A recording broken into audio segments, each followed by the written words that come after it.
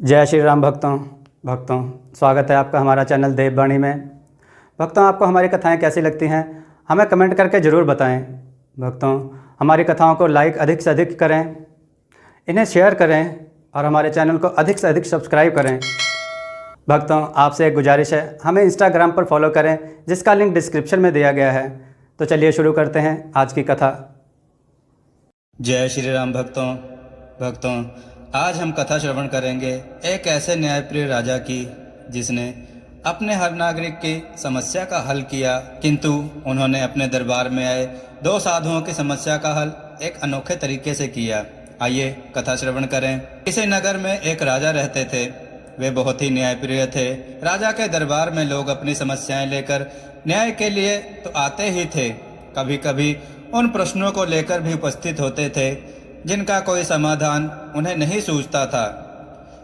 राजा उन प्रश्नों का ऐसा सटीक हल निकालते थे कि प्रश्नकर्ता पूर्ण संतुष्ट हो जाता था। ऐसे ही एक टेढ़े प्रश्न को लेकर एक दिन दो तपस्वी दरबार में आए और उन्होंने राजा से अपने प्रश्न का उत्तर देने की विनती की। उनमें से एक का मानना था कि मनुष्य का मन ही उसके सारे क्रियाकलाप पर नियंत्रण रखता है और मनुष्य कभी भी अपने मन के विरुद्ध कुछ भी नहीं कर सकता। दूसरा उसके मत से सहमत नहीं था। उसका कहना था कि मनुष्य का ज्ञान उसके सारे क्रियाकलाप नियंत्रित करता है। मन भी ज्ञान का दास है और वह भी ज्ञान द्वारा दिए गए निर्देशों का पालन करने को बाध्य है। राजा ने उनके विवाद के विषय को गौर से सुना, पर तुरंत उस विषय पर अपना कोई निर्णय नहीं दे पाए। उन्होंने उन दोनों तपस्वियों को कुछ समय बाद आने को कहा। जब वे चले गए तो राजा उनके प्रश्न के बारे में सोचने लगे, जो सचमुच ही बहुत टेढ़ा था। उन्होंने एक पल सोचा कि मनुष्य का मन सचमुच बहुत चंचल होता है और उसके वशीभूत होकर मनुष्य सांसारिक वासना के अधीन हो जाता है। मगर दूसरे ही पल उन्हें ज्ञान की याद आई। उन्हें लगा कि ज्ञान सचमुच मनुष्य का मन का कहा करने से पहले विचार कर लेने को कहता है और किसी निर्णय के लिए प्रेरित करता है। राजा ऐसे उलझे सवालों का जवाब सामान्य लोगों की जिंदगी में खोजते थे, इसलिए वे साधारण नागरिक का वेश बदलकर अपने राज्य में निकल पड़े। उन्हें कई दिनों तक ऐसी कोई बात देखने को नहीं मिली जो प्रश्न को हल करने में सहायता करती। एक दिन उनकी नज़र एक ऐसे नौजवान पर पड़ी जिसके कपड़ों और भावों में उसकी विपन्नता झलकती थी। वह एक पेड़ के नीचे थककर आराम कर रहा था। बगल में एक बैलगाड़ी खड़ी थी जिसको वो चलाता था। राजा ने उसके निकट जाकर देखा तो वह उसे एक ही झलक में पहचान गए। वह उनके प्रिय मित्र गोपाल जी का प्रिय बेटा था। सेठ गोपाल जी बहुत बड़े व्यापारी थे और उन्होंने व्यापार से बहुत धन कमाया था। उनके बेटे की यह दुर्दशा देखकर उनकी जिज्ञासा बढ़ गई। उसके बदहाली का कारण जानने को उत्सुक हो गए। उन्होंने उससे पूछा कि उसकी यह दशा कैसे हुई, जबकि मरते समय उसके पिता ने अपना सारा धन और व्यापार अपने दोनों पुत्रों में सामान्य रूप से बांट दिया था। एक के हिस्से का धन इतना था कि दो पुश्तों तक आराम से जिंदगी गुजारी जा सकती थी। राजा ने फिर उसके भाई के बारे में जानने की जिज्ञासा प्रकट की। युवक समझ गया कि पूछने वाला सचमुच उसके परिवार के बारे में सारी जानकारी रखता है। पहले तो युवक घबराया, बाद में सोचा क्या जाता है मेरा, क्योंकि अब तो मेरे पास कुछ बचा ही नहीं है। फिर उसने राजा को अपने और अपने भाई के बारे में सब कुछ बता दिया। उसने बताया कि जब उसके पिता ने उसके और उसके भाई के बीच सब कुछ बांट दिया तो उसके भाई ने अपने हिस्से का धन उपयोग बड़े ही समझदारी से किया। उसने अपनी जरूरतों को सीमित रखकर सारा धन व्यापार में लगा दिया और दिन रात मेहनत करके अपने व्यापार को कई गुना बढ़ा लिया। अपने बुद्धिमान और संयमी भाई से उसने कोई प्रेरणा नहीं ली और अपने हिस्से में मिले अपार धन को देखकर घमंड से चूर हो गया। मदिरा पीना, कोठों पर जाना, जुआ खेलना समेत सारी बुरी आदतें डाल ली। ये सारी आदतें उसके धन के भंडार को तेजी से खोखला करती जा रही थी। बड़े भाई ने समय रहते उसे चेत जाने को कहा, लेकिन उसकी बातें उसे विष समान प्रतीत हुईं।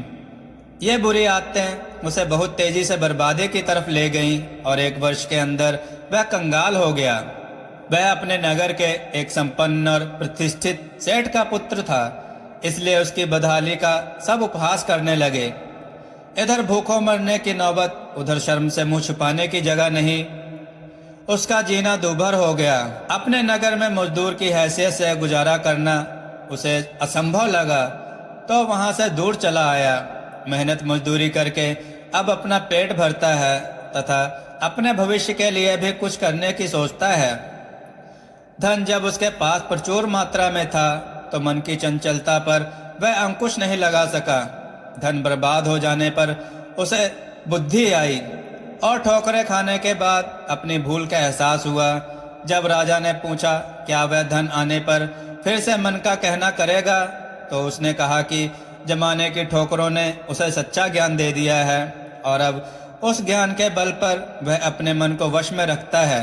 राजा ने जब जाकर उसे अपना असली परिचय दिया तथा उससे कई स्वर्ण मुद्राएं देकर होशियारी से व्यापार करने की सलाह दी। राजा ने उसे भरोसा दिलाया कि लगनशीलता उसे फिर पहले वाली समृद्धि वापस दिला देगी।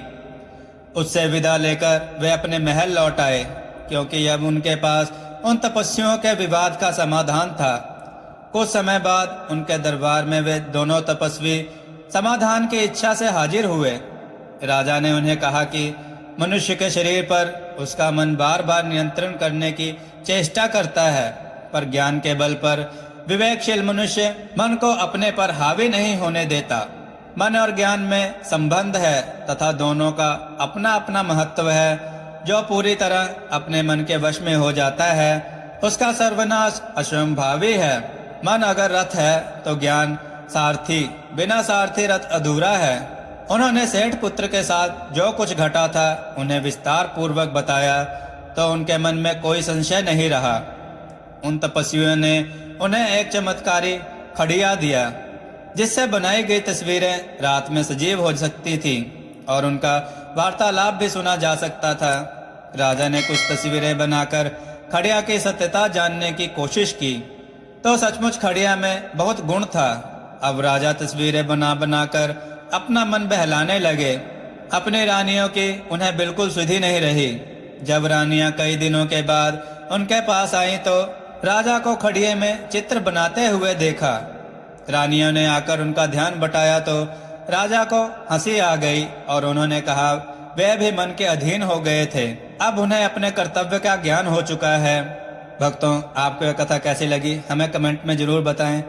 भक्तों, हमें इंस्टाग्राम पर फॉलो करें, जिसका लिंक डिस्क्रिप्शन में दिया गया है। जय श्री राम। भक्तों, देववाणी की तरफ से आप सबका बहुत बहुत धन्यवाद कि आप सब ने हमारे चैनल को बहुत सहयोग दिया और हमारी वीडियो को बहुत पसंद किया, जिस वजह से हमें YouTube की तरफ से ज्वाइन बटन का ऑप्शन मिला, जहां पर आप हमें ज्वाइन बटन पर क्लिक करके हमें ज्वाइन करें, जिसके लिए आपको 29 रुपये या 59 रुपये का चार्ज देना पड़ेगा। जो हमें ज्वाइन करेगा उन्हें हम कई तरह की सुविधाएं देंगे और उनके कमेंट्स का जवाब देंगे। यहाँ हम आपको कथा कहानियों के टिप्स भी देंगे और हम आपके सुझाव पर वीडियो बनाने की पूरी कोशिश करेंगे और हम आपका नाम वीडियो में जरूर लेंगे। धन्यवाद।